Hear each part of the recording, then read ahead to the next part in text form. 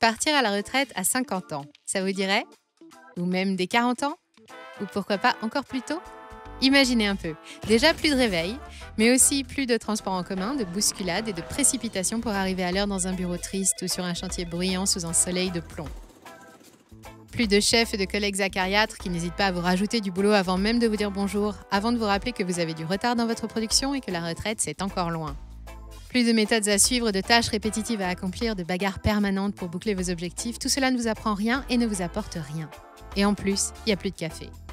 Alors, partir en retraite anticipée bien avant les autres, veut construire votre propre emploi du temps basé uniquement sur des activités que vous aimez, vivre uniquement pour vous et ce qui vous passionne, qu'en pensez-vous? Eh bien, sachez que c'est possible. Et même mieux, de plus en plus de gens décident chaque année de bouleverser leur vie pour la réorienter vers un seul objectif. Atteindre l'indépendance financière pour se permettre un départ anticipé à la retraite et profiter à 100% du temps qui reste à vivre. Les anglo-saxons ont un mot pour cela, le FIRE Movement pour Financial Independence and Retire Early, ou en français, l'indépendance financière pour prendre une retraite anticipée. Les représentants les plus motivés de cette nouvelle philosophie financière, aussi connue sous le nom de frugalistes, sont parvenus à se libérer de toutes leurs contraintes professionnelles dès l'âge de 50, 40 ou même 30 ans. Nous allons vous raconter leurs histoires et nous verrons quels sont les principes qu'ils ont appliqués. À vous ensuite de décider si vous voulez les imiter. Mais juste avant d'entrer dans le vif du sujet, et si vous voulez soutenir notre chaîne pour toujours plus d'actualités, d'analyses et de comparatifs, n'oubliez pas de vous abonner et de rejoindre notre fil Telegram. Bienvenue sur Money Radar.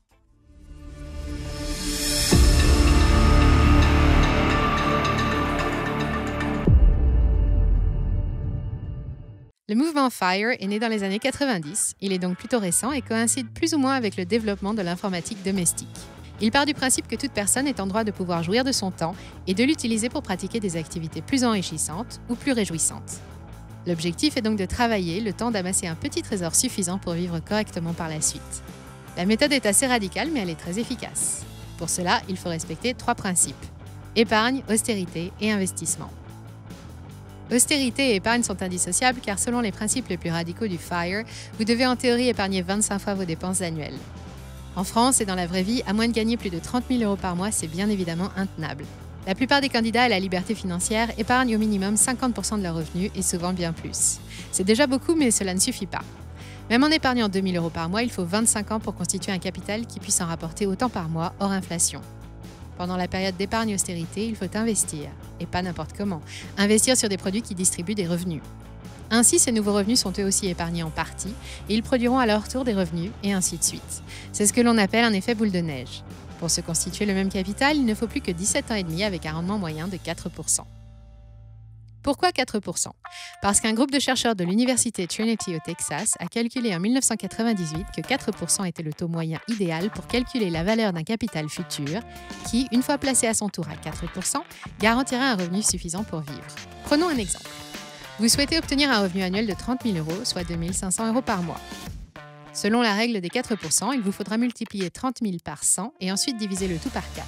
Vous devez donc vous constituer la somme de 750 000 € pour pouvoir prendre votre retraite avec 2 500 € par mois. Ce montant sera atteint plus ou moins rapidement selon ce que vous épargnez chaque mois.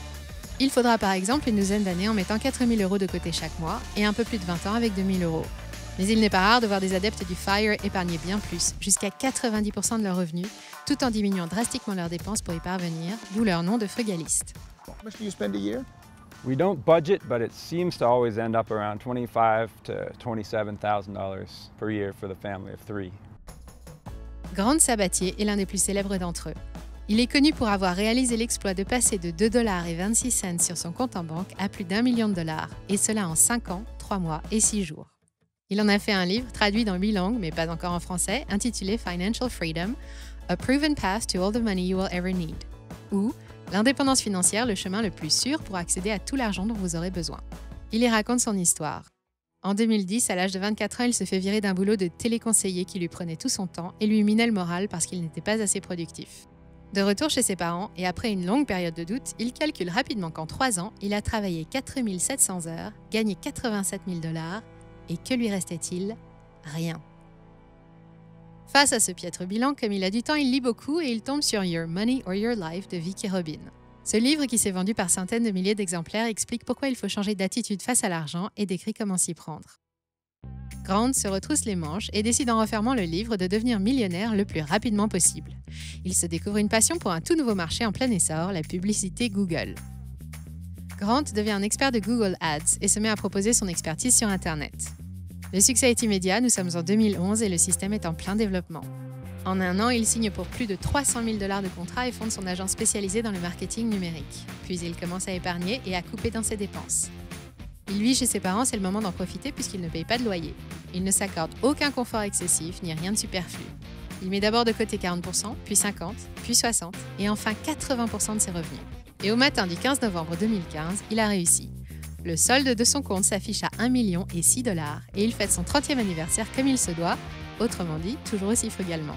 I knew that I needed to save early, often, and as much as I could. Aujourd'hui, à la tête d'un joli capital de 1 250 000 $, il dirige une école de liberté financière sur le réseau LinkedIn où il enseigne ses principes. Il raconte également son histoire sur son blog, publié en anglais, dans lequel il n'oublie aucun détail. Il y décrit notamment plusieurs méthodes pour atteindre l'indépendance, certaines abordables, d'autres beaucoup moins, notamment celles que l'on retrouve dans son livre. Grant rappelle qu'économiser de l'argent doit devenir votre premier objectif quotidien. Vous devez veiller chaque jour à trouver de nouveaux moyens pour dépenser moins que la veille. Le revenu, l'épargne et les dépenses sont les 3 variables qu'il convient d'ajuster au mieux pour obtenir le plus rapidement possible le résultat escompté. Pour Grant Sabatier, le temps est une ressource comptée, contrairement à l'argent qui aujourd'hui nous paraît infini. Il est donc primordial de pouvoir rapidement en profiter. C'est aussi ce que conseillent d'autres best-sellers de la catégorie comme Père riche, Père pauvre de Robert Kiyosaki ou encore La semaine de 4 heures de Tim Ferriss, d'autres grandes figures du FIRE Movement. Si ces ouvrages vous intéressent, rendez-vous dans le descriptif pour les liens. Mais attention, ces livres et plus généralement les principes du FIRE ne sont pas des éloges de la paresse et ils n'encouragent nullement à devenir fainéant comme on peut l'entendre régulièrement chez leurs détracteurs. Ils en sont même très loin. Il s'agit avant tout de travailler, de vivre sobrement et de faire des sacrifices pendant des années avant de pouvoir jouir d'une liberté totale.